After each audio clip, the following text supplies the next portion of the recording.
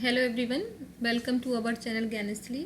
Guys, आज के lecture में हम डिस्कस करेंगे pedagogy, andragogy and assessment part C का, जिसमें हम देख रहे थे शिक्षण शास्त्र में मूल्यांकन। तो पहले वाले लेक्चर में आपने देखा कि क्या फीडबैक डिवाइसेस होती हैं, क्या उसका मीनिंग होता है, उसके टाइप्स देखा। इस लेक्चर में आज हम देखेंगे कि पोर्टफोलियो क्या होता है, रिफ्लेक्टिव जर्नल्स क्या होते हैं, रिविक्स क्या होते हैं और आईसीटी का हम किस तरह से इवैल्यूएशन में यूज़ कर सकते हैं। सो आइए स्टार्ट करते हैं आज का क्लास। स्टार्ट करते हैं पोर्टफोलियो से। पोर्टफोलियो का विश्लेषण। तो पोर्टफोलियो का विश्लेषण करने, एनालिसिस ऑफ पोर्टफोलियो को समझने से पहले हमें ये देखना होगा कि पोर्टफोलियो होता क्या है। तो अगर लाइन में आपसे पूछा जाए कि पोर्टफोलियो क्या होता है, तो बेसिकली ये एक रिकॉर्ड होता है, ठीक है, जो किसी छात्र या कोई भी पर्सन अपना रिकॉर्ड रखता है। वो रिकॉर्ड में वो अपने बारे में व्यक्तिगत उसकी क्षमताएं क्या हैं, उसकी दक्षताएं क्या हैं, उसके गुण क्या हैं, उसके अनुभव क्या हैं, ठीक है। सो बेसिकली उसकी व्यक्तिगत सूचनाओं का एक रिकॉर्ड होता है, जिसको हम क्या बोलते हैं, पोर्टफोलियो बोलते हैं। तो शिक्षा के क्षेत्र में पोर्टफोलियो एक सशक्त उपकरण या टूल की तरह यूज़ किया जाता है। ये एक नई चीज़ है जो आज के टाइम पे एजुकेशन में यूज़ हो रही है, जिसके माध्यम से अध्यापक अपने छात्रों का सही तथा सफल मूल्यांकन कर सकता है कि कोई व्यक्ति के संक्षिप्त विवरण अथवा रिज्यूमे से विभिन्न है, ठीक है। एक चीज़ होती है रिज्यूमे, ठीक है। आप जाते हैं जॉब के लिए, रिज्यूमे देते हैं, जिसमें आपका सिर्फ एकेडमिक रिकॉर्ड लिखा होता है, आपकी हॉबीज़ लिखी होती हैं, आप क्या कर रहे हैं, आपके जॉब के बारे में लिखा होता है। लेकिन पोर्टफोलियो में यही सारी रिज्यूमो को बेसिकली बहुत ज़्यादा डिटेल में, जिसमें आपकी हर चीज़ को लिखा जाएगा, सारी की क्षमताएं, आपकी पूरी व्यक्तिगत सूचनाएं उसमें रहेंगी। तो पोर्टफोलियो थोड़ा सा डिफरेंट होता है रिज्यूमे से। पोर्टफोलियो में व्यक्ति की क्षमताओं, अभिरुचियों, मूल्यों एवं कौशल का संक्षिप्त विवरण होता है, जिसमें ड्राफ्ट, सैंपल चित्र आदि का प्रयोग किया जा सकता है, ठीक है। तो इसमें डिटेल में चित्र होते हैं। जैसे कोई फिल्म या में जाना चाहता है या कोई मॉडलिंग करना चाहता है, तो वहाँ पे वो अपना रिज्यूमे नहीं लेके जाएगा, वहाँ पे वो अपना पोर्टफोलियो लेके जाएगा। या आप डिज़ाइनिंग के फील्ड में जाना चाहते हैं, तो डिज़ाइनिंग में अगर आप इंटरव्यू देने जाएंगे तो रिज्यूमे नहीं ले जाएंगे, आप वहाँ पे एक पूरा फाइल ले जाएंगे जो आपका पोर्टफोलियो होगा, जिसमें आपने सैंपल दिए होंगे कि आपने क्या क्या काम किया है, ठीक है। आपने वहाँ पे ड्राफ्ट लगाए होंगे, चित्रों के यूज़ कर सकते हैं, तो वो पोर्टफोलियो होता है, ठीक है। पोर्टफोलियो प्रतिपुष्टि का एक नया माध्यम है, फीडबैक का एक नया तरीका, जिसके द्वारा छात्रों को सीखने और सिखाने की एक नई दिशा प्रदान की जाती है। पोर्टफोलियो एक प्रकार का रिकॉर्ड होता है जो मुख्यतः सर्वश्रेष्ठ कार्य, अनुभव, मूल्य तथा निष्पत्ति को प्रदर्शित करता है, ठीक है। तो बेसिकली एक रिकॉर्ड की तरह से यूज किया जाता है, जिसमें आपने जो सबसे अच्छा काम किया आप उसको लिखेंगे, अपने एक्सपीरियंस को लिखेंगे, ठीक है, आपने क्या अचीवमेंट किए उनको लिखेंगे। छात्र तथा अध्यापक अपनी शैक्षिक तथा व्यक्तिगत सूचनाओं को पोर्टफोलियो में प्रदर्शित करते हुए उसे अभिलिखित करते हैं, ठीक है। तो यहाँ पे चाहे टीचर चाहे स्टूडेंट अपनी जो एजुकेशनल और व्यक्तिगत दोनों तरह की सूचनाओं को पोर्टफोलियो में लिखते हैं और उसको पूरी तरह से मेंटेन किया जाता है, ठीक है। A portfolio is a purposeful collection of student work that exhibits the student efforts, progress and achievement is one's more areas, ठीक है। तो यहाँ पे जैसे मान लीजिए अगर किसी स्टूडेंट का मैं पोर्टफोलियो बना रही हूँ, जैसे मैं अपना ही बना रही हूँ सपोज, तो मैं उसमें अपनी एकेडमिक के साथ साथ मुझे क्या क्या ड्राइंग पसंद है, तो ड्राइंग में सैम्पल सारे मुझे और क्या चीज़ें अच्छी लगती हैं, मेरे अचीवमेंट्स क्या हैं, अभी तक मैंने किस किस फील्ड में काम किया है, तो वो सारी चीज़ें, यानी कि मैंने क्या एफर्ट्स किए, क्या मैंने प्रोग्रेस की, क्या मेरे अचीवमेंट्स हैं, उन सबको मैं लिखूंगी।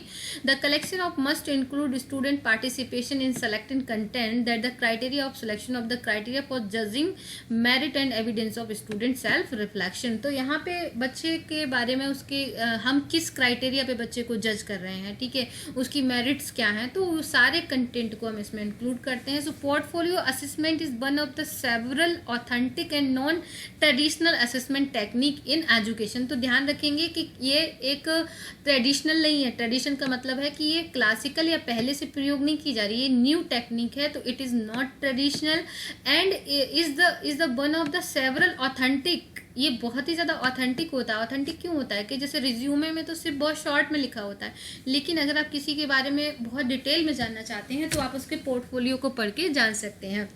जैसे अगर मैं किसी बच्चे का पोर्टफोलियो बना रही हूँ तो मैं उसके सारे स्कोर्स को मेंटेन करूँगी, ठीक है, उसने किस टेस्ट में कितना अचीवमेंट किया, उसने किस तरह की रिसर्च की है, उसने रिसर्च में क्या क्या आर्टिकल लिखे हैं, तो वो सारी चीज़ों को मैं वहाँ पे नोट डाउन करती जाऊँगी। सो पोर्टफोलियो मूल्यांकन शिक्षा में प्रमाणिक और गैर पारंपरिक मूल्यांकन तकनीकों में आता है। अब देखिए यहीं से क्वेश्चन बन सकता है कि पोर्टफोलियो का प्रयोग कैसे किया जा सकता है, ठीक है। तो इससे इस तरह के क्वेश्चन बन जाते हैं। अब फीचर्स ऑफ पोर्टफोलियो, आप किसको पोर्टफोलियो कह सकते हैं, उसके क्या फीचर्स होते हैं। सो फीचर्स की बात करते हैं। अब portfolio is a form of assessment that student do together with their teachers, ठीक है। तो जो पोर्टफोलियो है वो मूल्यांकन का एक रूप होता है जो छात्र अपने शिक्षकों के साथ मिलके करते हैं, ठीक है। अब इसमें क्या है, दोनों लोग मिलके काम करते हैं, टीचर्स और स्टूडेंट। अब इसमें जब हम इसको मूल्यांकन करेंगे, जैसे मान लीजिए मेरे पास किसी बच्चे का पोर्टफोलियो आता है, इसमें सपोज 10 पेजेस हैं, 10 पेजेस में उसके बारे में सब कुछ लिखा हुआ है। तो इस पोर्टफोलियो का अब मैं क्या कर रही हूँ, इवैल्यूएशन कर रही हूँ।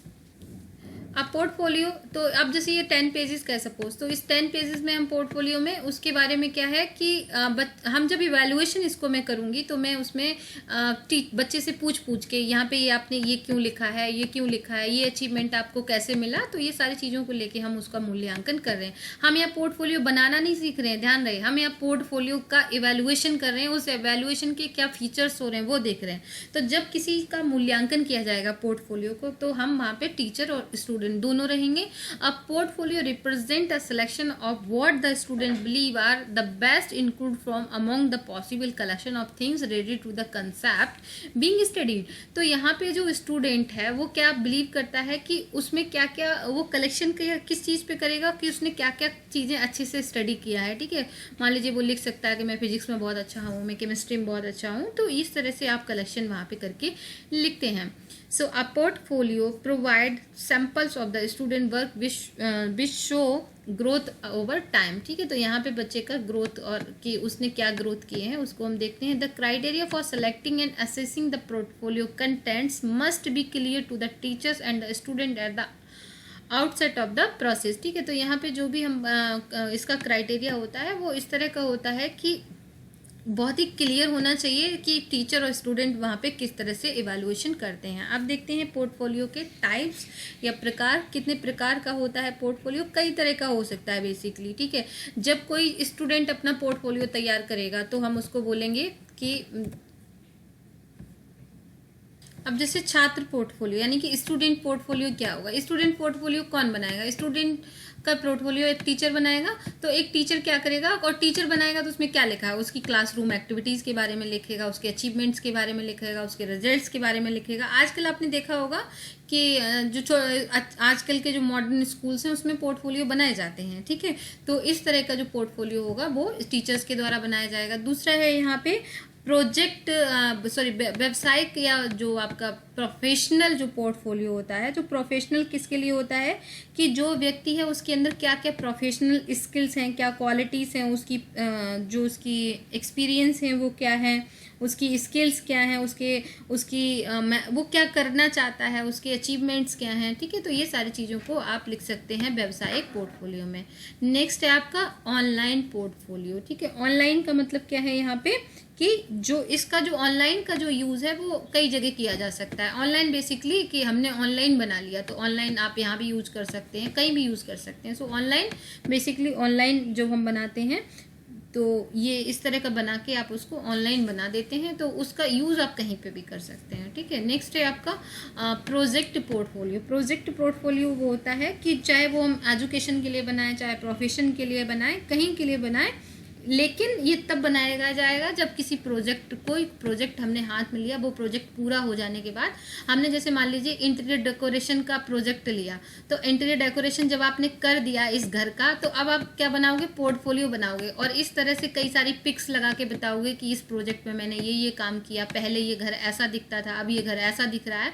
तो ये क्या होगा, प्रोजेक्ट के ख़त्म होने पे पोर्टफोलियो बनाना। किसी स्टूडेंट को मैंने कहा कि इन्वायरमेंटल साइंस के ऊपर एक पोर्टफोलियो वो एक प्रोजेक्ट बनाइए, तो प्रोजेक्ट जब खत्म हो जाएगा तो उसमें से कुछ फोटो सेलेक्ट करके उसके क्या स्कोर आए हैं, इन सब चीज़ों को लेके वो पोर्टफोलियो बनाया जा सकता है। नेक्स्ट है व्यक्तिगत पोर्टफोलियो यानी कि पर्सनल से यहाँ पे ये यूज़ होता है कि हम अपने बारे में कौन सी जानकारियाँ हैं जो दूसरों को देना चाहते हैं और हम उसका फ्यूचर में कैसे यूज़ करना चाहते हैं। तो personal portfolio basically personal information के आधार पे बनाया जाता है। तो ये बेसिकली टाइप थे आपके पोर्टफोलियो के, कई प्रकार का हो सकता है।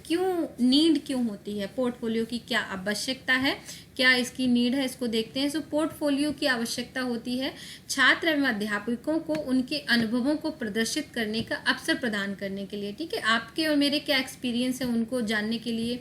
दूसरा है कि कौशल और ज्ञान को जानने के लिए, खुद के बारे में विश्लेषण करने के लिए और अपनी आकांक्षाओं और कमजोरियों को समझने के लिए हमें पोर्टफोलियो की ज़रूरत पड़ती है।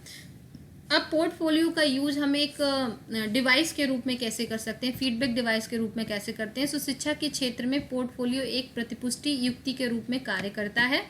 पोर्टफोलियो में छात्र के संबंधों में सभी जानकारियां एकत्रित रहती हैं तथा उनका प्रयोग करके छात्र उनकी कमियों तथा क्षमताओं का ज्ञान कराता है, साथ ही उन्हें भविष्य के लिए निर्देशित करता है, ठीक है। तो आगे उनको क्या करना है क्या नहीं करना है इसके बारे में निर्देशन देना किसका काम है, पोर्टफोलियो का है। नेक्स्ट टॉपिक है हमारा रिफ्लेक्टिव जर्नल, ठीक है। तो जैसे हम यूज करते हैं पोर्टफोलियो का वैसे ही अब हम यूज करेंगे रिफ्लेक्टिव जर्नल का। सो रिफ्लेक्टिव जर्नल क्या होता है, सबसे पहले तो हमें ये समझना है। सो रिफ्लेक्टिव जर्नल बेसिकली क्या है, रिफ्लेक्टिव जो रिफ्लेक्शन शब्द है उसका मतलब क्या है कि क्या आप दूसरे के अंदर देखते हैं, मननात्मक, ठीक है। तो मननात्मक जो अध्ययन है उसकी जर्नल का मतलब होता है एक डायरी की तरह से। तो एक ऐसी डायरी लिखना जिसमें आप सिर्फ पॉजिटिव ना लिख के निगेटिव बातें भी लिखेंगे। तो बेसिकली एक टीचर जो होता है वो स्टूडेंट के बारे में एक डायरी में कुछ ना कुछ लिखता रहता है, ठीक है। वो पॉजिटिव भी हो सकता है, वो निगेटिव भी हो सकता है। पोर्टफोलियो में ध्यान रखेंगे कि सिर्फ पॉजिटिव और अच्छा लिखा जाता है, लेकिन रिफ्लेक्टिव जर्नल में हम यहाँ पे एक टीचर होने के नाते हम यहाँ पे बच्चों के बारे में जो नोट डाउन कर रहे हैं वो उनका अच्छाइयाँ और बुराइयाँ दोनों लिख रहे हैं, ठीक है। सो रिफ्लेक्टिव जर्नल क्या है, एक पत्रिका या डायरी की तरह, विमर्शी एक डायरी की तरह होता है। इसमें छात्र अध्यापक दोनों के लिए उपयोगी होता है। इसमें छात्र अध्यापकों के संदर्भ में कुछ महत्वपूर्ण जानकारियां लिखते हैं, ठीक है। अब इसमें शिक्षा के क्षेत्र में छात्रों के बोध स्तर को बढ़ाया जा सकता है, छात्रों में आलोचनात्मक चिंतन का विकास किया जाता है, ठीक है। मैंने मान लीजिए आपके बारे में डायरी लिख रही हूँ, अब इसमें मैंने आपके लिख दिया कि आप का जो है वो पेपर 1 बहुत ख़राब है, ठीक है। तो ये जो मैंने लिखा ये नेगेटिव हो गया, लेकिन इसका जब आप इस डायरी को पढ़ोगे तो आपको पता चलेगा। तो इससे आप आलोचनात्मक चिंतन जो है, क्रिटिकल थिंकिंग है, उसको हम बढ़ावा देते हैं। इसके माध्यम से रिफ्लेक्टिव लर्निंग तथा मननात्मक अध्ययन को भी बढ़ावा मिलता है, ठीक है। तो इससे रिफ्लेक्टिव लर्निंग या मननात्मक चिंतन को बढ़ावा मिलता है। अब इस रिफ्लेक्शन शब्द को समझने के लिए गौतम बुद्धा का ये क्वाइट है, उसको आप समझ सकते हैं कि since everything is a reflection of our mind and everything can be change by our mind. अगर हम जैसे शीशा देखते हैं और अगर हम अपने को खुश दिखाते हैं तो हमें जो इमेज दिखेगी वो खुश वाली दिखेगी, और अगर हम गुस्से में शीशे को देखेंगे तो भी हमें गुस्से वाला फेस दिखेगा। तो रिफ्लेक्शन है, यानी कि जो हम जैसा देखना चाहते हैं हमें वैसा ही दिखता है, ठीक है। सो इसको समझ के आप अब समझ सकते हैं कि रिफ्लेक्टिव जो शब्द है वो रिफ्लेक्टिव जर्नल का यहाँ पे क्या मीनिंग हो सकता है कि वहां पे एज इट इज, जो जैसा है उसके बारे में वैसे ही लिखना। सो यहाँ पे रिफ्लेक्टिव जो साइकिल है इससे रिलेटेड एक रिफ्लेक्टिव साइकिल होता है। सो रिफ्लेक्टिव साइकिल को थोड़ा समझेंगे, इससे रिलेटेड क्वेश्चन पूछा जाता है। अब देखते हैं रिफ्लेक्टिव साइकिल को, ठीक है। तो बहुत इंपॉर्टेंट है, इससे क्वेश्चन भी पूछा जा सकता है और शायद पूछा भी गया है। तो सबसे पहले रिफ्लेक्टिव साइकिल, तो रिफ्लेक्टिव साइकिल का जो सबसे पहला चरण होता है वो होता है डिस्क्रिप्शन। तो सबसे पहले हम क्या करते हैं, डिस्क्रिप्शन व्हाट हैपेंड, यानी कि क्यों हम काम कर रहे हैं, तो उसको क्या डिटेल्स में लिखते हैं। देन मेंशन योर थॉट और फीलिंग्स, दूसरे नंबर पे हम क्या करते हैं, फिर फीलिंग्स या थॉट्स को, इमोशंस को यहाँ पे नोट डाउन करते हैं। थर्ड है एवेल्युएशन, जिसमें हम comment on what was good and what was bad about the experience, है ना। यहाँ पे हम गुड और बैड दोनों का यूज करते हैं, तो ये बात इसको पोर्टफोलियो से अलग करती है, ध्यान रखेंगे। नेक्स्ट ऑप्शन है यहाँ पे एनालिसिस करते हैं, जिसमें हम state what your understand of the situation, ठीक है। अब हम एनालिसिस करेंगे कि इस सिचुएशन में क्या सही था क्या गलत था, और जो आपने एवेल्युएशन किया है उसी को आप क्या करेंगे, एनालिसिस करेंगे। एंड नेक्स्ट आता है यहाँ पे आता है गाइस कंक्लूजन। एनालिसिस नहीं आएगा, ये थोड़ा बाय मिस्टेक टाइप हो गया, तो यहाँ पे क्या आएगा, conclusion. Tell tell of what else could have been done है। तो यहाँ पे हम ये देखते हैं कि क्या हमने किया है, उसका हम कंक्लूजन लिखते हैं। और एंड में आता है एक्शन प्लान, तो इसमें लिखते हैं convey what you want to differently in future, कि आप आगे क्या करना चाहते हैं उस एक्शन प्लान के बारे में लिखते हैं। तो ये जो इसको कहते हैं हम, ये क्या है आपकी रिफ्लेक्टिव जर्नल की साइकिल है। ठीक है, तो ये जो रिफ्लेक्टिव जर्नल का साइकिल है ये दिया गया था, इनके जो राइटर थे उसका नाम था, मैं लिखे दे रही हूँ यहाँ पे ताकि आपको कंफ्यूजन ना हो।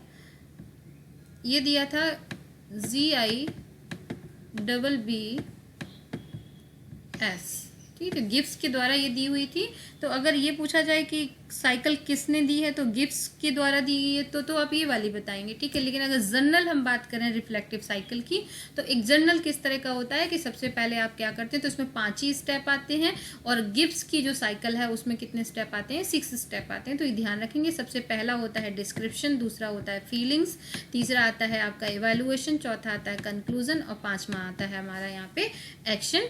तो ये जो है सिंपली है कि अगर आपसे कोई पूछता है एग्जाम में कि रिफ्लेक्टिव साइकिल के 5 स्टेप क्या होते हैं, तो आप ये वाले लिखेंगे। और अगर आपसे पूछा है गिब्स की साइकिल के कौन से हैं, तो आप आगे वाले इन 5 को, वहां पे 6 को लिखते हैं। ठीक है, इसके बाद है रिफ्लेक्टिव जर्नल की आवश्यकता क्यों पड़ती है, क्या जरूरत है हमें रिफ्लेक्टिव जर्नल की आज के टाइम पे जब इतनी सारी चीजें हैं। ठीक है, एक बात बहुत अच्छे से ध्यान रखना, रिफ्लेक्टिव जर्नल में हम नोट्स जैसा कुछ नहीं रहता है कि इसमें नोट्स नहीं बनाते हैं। ठीक है, और ना ये पोर्टफोलियो जैसा है। बस हम इसमें जो करते हैं वो क्या करते हैं कि इसमें हम डिटेल में अच्छी बुरी सारी चीज़ों को बच्चों के बारे में एक डायरी में लिखते जाएंगे।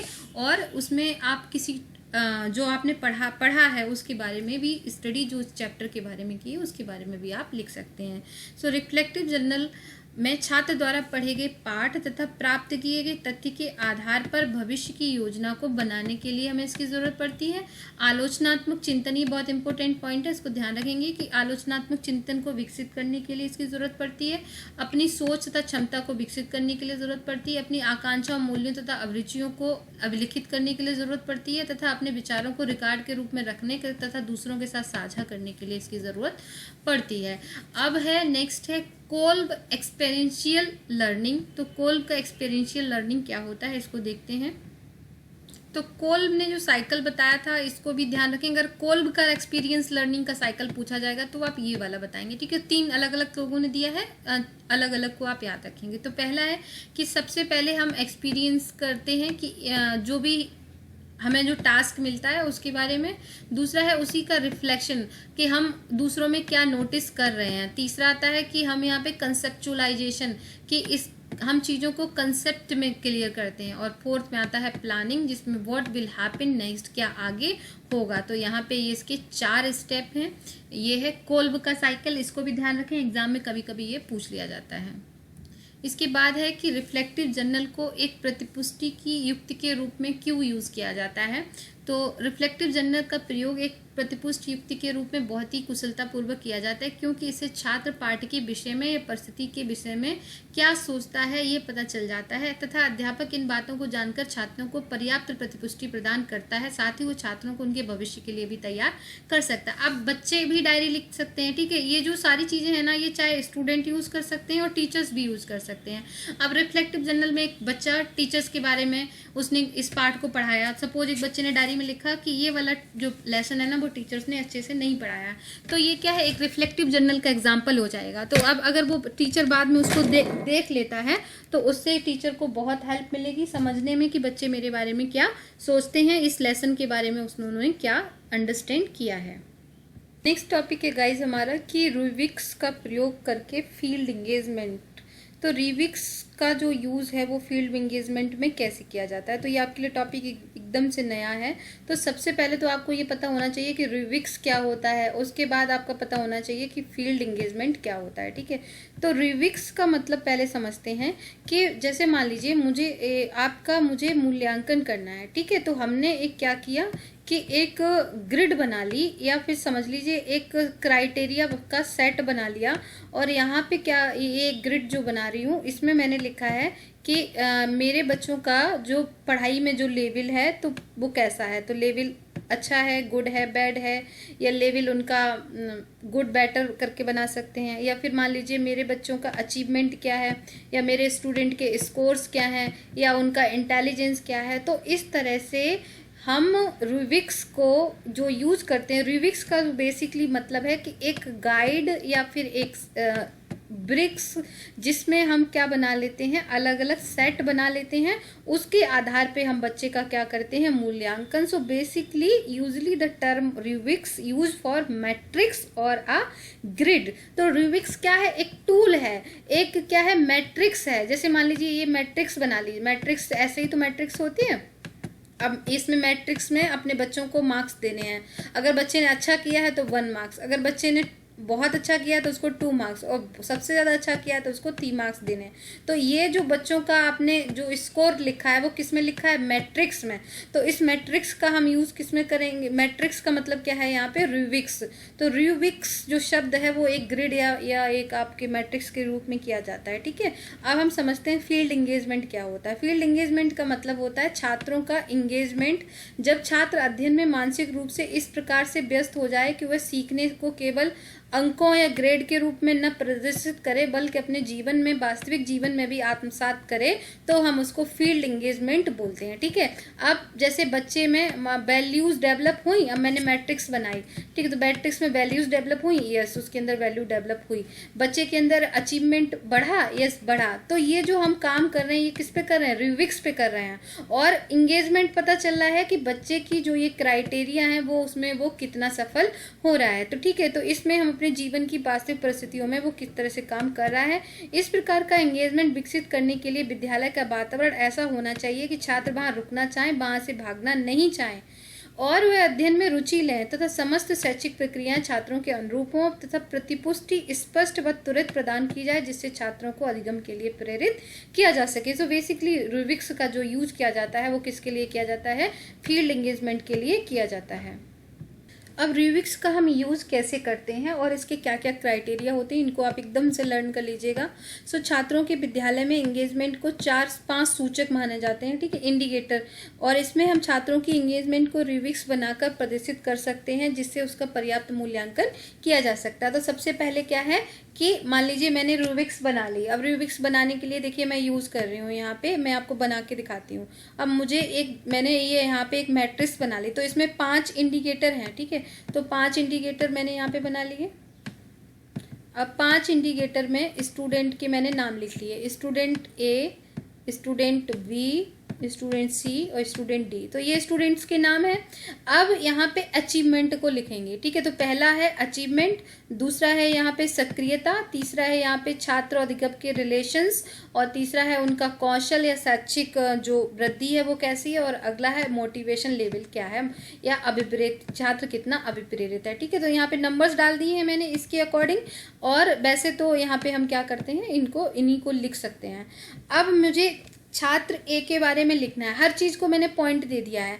तो अब किसी बच्चे का जो अचीवमेंट लेवल है वो बहुत अच्छा है, और बहुत अच्छे के लिए जो पॉइंट है वो 5 है, और कम अच्छे के लिए 3 है, और सबसे बेकार के लिए 1 है। तो अब मैंने इसको, जिसका अचीवमेंट सबसे अच्छा है उसको मैंने 3 मार्क्स दिए, ठीक है।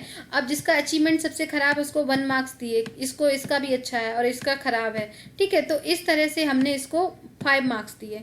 तो अब हमें यहाँ पे ये पता चल रहा है कि किसका अचीवमेंट सबसे अच्छा है। इसी तरह से कोई बच्चा क्लास में एक्टिव है या नहीं है, तो एक्टिव वाला किस नंबर पे आ रहा है, 2nd नंबर पे आ रहा है, तो इसके अकॉर्डिंग हम इसको मार्क्स दे सकते हैं। तो इन इंडिकेटर्स का यूज करके मैंने क्या बनाई, रूबिक्स बनाई। तो ये एक बहुत ही सही एग्जाम्पल है, इसे देख के आप बहुत अच्छे से समझ सकते हैं। तो इसमें पहला इंडिकेटर होता है अचीवमेंट लेवल, किसी बच्चे का अचीवमेंट क्या है, वो बच्चा कितना अधिगम में, लर्निंग में एक्टिव है। तीसरा है बच्चे और स्टूडेंट के बीच में क्या रिलेशन है, छात्र और स्टूडेंट के बीच में, और अध्यापक और स्टूडेंट के बीच में, और थर्ड है यहाँ पे उसका शैक्षिक अनुभव क्या है, और बच्चा कितना मोटिवेटेड है। तो ये 5 इंडिकेटर का आप यूज कर सकते हैं बच्चे के इस विद्यालय में उसके बारे में रूबिक्स बनाने के लिए। अब देखते हैं एडवांटेज ऑफ रूबिक्स। तो इसमें टीचर्स के लिए क्या एडवांटेज होते हैं, स्टूडेंट के लिए क्या एडवांटेज हैं।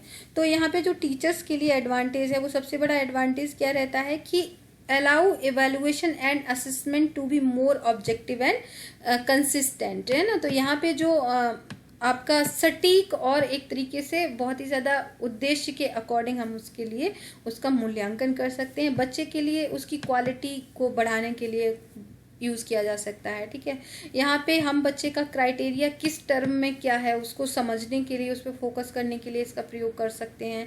इससे हम प्रमोट करते हैं अवेयरनेस को, और जिससे बच्चा पीयर परफॉर्मेंस उसकी ठीक हो सके। यहाँ पे provide use feedback regarding the effective of the instruction, यहाँ पे हमें अच्छी सी फीडबैक मिल जाती है। दूसरा है बच्चा खुद के वर्क को कैसे हैंडल कर रहा है, ठीक है, अपने असाइनमेंट्स को कैसे करे, कैसे उसको जज करे, उसको समझ में आता है।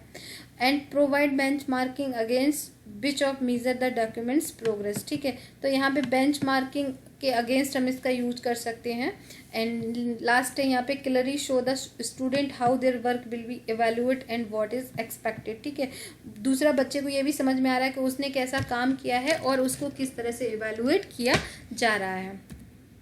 अब देखते हैं कि क्या स्टेप होते हैं रूबिक्स को डिज़ाइन करने के। अगर आपको रूबिक्स बनाना है, जैसे मैंने अभी आपको बना के दिखाया था, तो उसके लिए क्या स्टेप होते हैं। सबसे पहले हम अपना गोल का पहचान करते हैं, आइडेंटिफाई अ लर्निंग गोल। सबसे पहले हम क्यों बनाना चाहते हैं, ठीक है। दूसरा है यहाँ पे क्या आउटकम हम चाहते हैं, उनको कैसे मेज़र करेंगे, कैसे उसका मापन करेंगे। अब हम इसे कैसे डेवलप करेंगे या कैसे अडॉप्ट करेंगे या कैसे इसे एग्जिटिंग करेंगे, यानी कि अगर आपने ये रूबिक्स बनाई है तो इसे आप कैसे बनाएंगे, या इसका अडॉप्शन है तो इसको अडॉप्ट कैसे करेंगे, है ना। इसका एग्जिटिंग क्या होगा, जैसे कभी कभी ना मान लीजिए ये हमारी रूबिक्स काम नहीं कर रही है, हमें इसे सही तरीके से इवैल्यूएशन नहीं कर पा रहे हैं, तो हम इसे एग्जिट हो जाएंगे, एंड कर देंगे।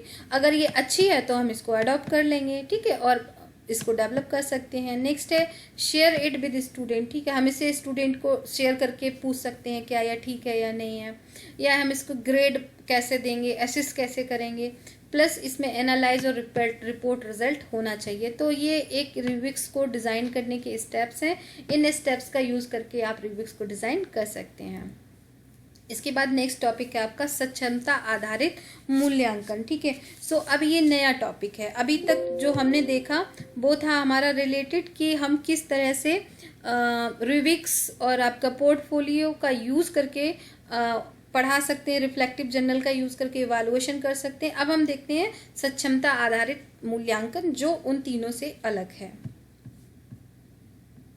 सो गाइस, स्किल, किसी भी स्किल की को ध्यान में रखते हुए अगर हम इवैल्यूएशन करते हैं तो शैक्षणिक आधारित मूल्यांकन वह है जिसमें हम मूल्यांकनकर्ता द्वारा किसी छात्र के स्तर को परखा जाता है, यानी कि उसका लेवल क्या है, ठीक है। उदाहरण स्वरूप विद्यालय में प्रदान किए जाने वाले असाइनमेंट, प्रोजेक्ट वर्क, लैब कार्य इत्यादि द्वारा विद्यार्थियों की क्षमता का मूल्यांकन किया जाता है, ठीक है। तो जो स्किल्स जिसमें आपकी पता चल सकें, जैसे लैब में आपसे कोई काम किया गया कि एक डिसेक्शन कर दीजिए, तो उसमें पता चल जाएगा कि ये काम आपको आता है या नहीं आता है। व्यक्ति किसी कौशल को प्राप्त करने में कितना सफल हो सकता है, इसको ज्ञात करने के लिए क्षमता आधारित मूल्यांकन एक महत्वपूर्ण भूमिका का निर्वहन करता है, जिसके माध्यम से हम व्यक्तियों के कौशल को जान सकते हैं तथा भविष्य में उसको सहायता भी प्रदान कर सकते हैं। सक्षमता आधारित मूल्यांकन का क्या महत्व होता है। इसमें क्षमताओं को जानने के लिए किया जाता है, कौशलों के बारे में जानकारी विकसित करने के लिए किया जाता है तथा किसी भी ज्ञान, कौशल तथा अनुप्रयोग को प्राप्त करने में कोई छात्र कितना सफल हो सका है तथा इसका ज्ञान हमें सक्षमता आधारित मूल्यांकन के माध्यम से ही लगा सकता है। सक्षमता आधारित मूल्यांकन के माध्यम से छात्र अथवा अध्यापक ये जान पाते हैं कि उन्हें किसी कौशल को अर्जित करने में कितनी सफलता प्राप्त की तथा कमी कहाँ पे रह गई है, तो उसको हम सक्षमता आधारित मूल्यांकन कहते हैं। नेक्स्ट टॉपिक है हमारा अध्यापक निर्मित ICT संसाधनों का मूल्यांकन। इंफॉर्मेशन टेक्नोलॉजी का जो हम यूज़ करते हैं, इंफॉर्मेशन एंड कम्युनिकेशन टेक्नोलॉजी एक ऐसा आयाम है जिसके माध्यम से हम ज्ञान प्राप्त करने की नई विधियों, प्रविधियों और उपकरणों का प्रयोग करते हैं। मेथड्स, टेक्निक्स और टूल्स का यूज़ करते हैं, जिसमें हम जो टीचर्स हैं वो प्रयोग करते हैं कक्षा के शिक्षण में, स्टूडेंट को क्लासरूम में टीचिंग में हम ICT का, यानी कि कोई कम्युनिकेशन की टेक्नोलॉजी हो सकती है, ठीक है, उसका हम निर्मित करके किस तरह से रिसोर्सेज के रूप में प्रयोग करते हैं। तो उदाहरण स्वरूप कोई एक अध्यापक कक्षा में प्रोजेक्टर के माध्यम से शिक्षण कार्य कर रहा है, तो उसको ये ध्यान रखना चाहिए कि कक्षा में उपस्थित सभी छात्रों को पढ़ाया गया विषय हर पहलू से समझ में आए, तथा इसके लिए उसका मूल्यांकन करना अत्यंत आवश्यक हो जाता है। और मूल्यांकन के माध्यम से यह ज्ञात होगा कि प्रयोग की जा रही ICT समर्थित विधि में कोई कमी तो नहीं है। तो इसको हम बोलते हैं आपका अध्यापक निर्मित ICT संसाधनों का मूल्यांकन। इसमें हम कार्य के लिए निर्मित ICT संसाधनों का मूल्यांकन छात्र एवं अध्यापक दोनों के द्वारा किया जा सकता है। जैसे मान लीजिए मैं प्रोजेक्ट इससे पढ़ा रही हूँ आपको PPT से, तो ये जो तरीका है ये क्या है, ICT का यूज कर रहे हैं। अब इसका आप इवेल्युएशन करें कि ये अच्छा है या ये अच्छा नहीं है, तो इसको हम बोल सकते हैं, ये भी एक एग्जाम्पल है कि एक अध्यापक ने निर्मित है, अध्यापक निर्मित है, मैंने बनाया है, ICT का यूज हो रहा है। ICT का I से इंफॉर्मेशन, आपको इंफॉर्मेशन मिल रही है, सी का मतलब है कम्युनिकेशन, हम आपस में इंफॉर्मेशन को एक्सचेंज कर पा रहे हैं, और टी का मतलब टेक्नोलॉजी का भी यूज हो रहा है। तो जो मैं आपको अभी इस वक्त आप देख रहे हैं, आप पढ़ रहे हैं, ये ICT का एक एग्जाम्पल है। अब इसमें जब आप इवैल्यूएशन करोगे तो ये क्या हो जाएगा कि संसाधनों का मूल्यांकन आपने किया। अध्यापक निर्मित ICT संसाधनों का मूल्यांकन। सो teacher most commonly use ICT for administrative task. More knowledgeable teachers rely less on computer assist instruction। ठीक है, so how teachers use ICT in development of their general teaching style. तो कैसे हम ICT का teachers और student basically use कर रहे हैं अपनी टीचिंग में, तो उसका हम यूज करते हैं। सो ओके गाइस, ये था आपका पार्ट C खत्म हुआ। बहुत ही इंटरेस्टिंग और बहुत ही अच्छा टॉपिक था। Thank you so much. अगर आपको अच्छा लगा तो प्लीज़ लाइक ज़रूर करें, कमेंट करके बताएं भी कि क्या कमियां हैं। अगर आपने ये पढ़ा है तो फीडबैक भी दें। Okay guys, thank you, wish you all the best.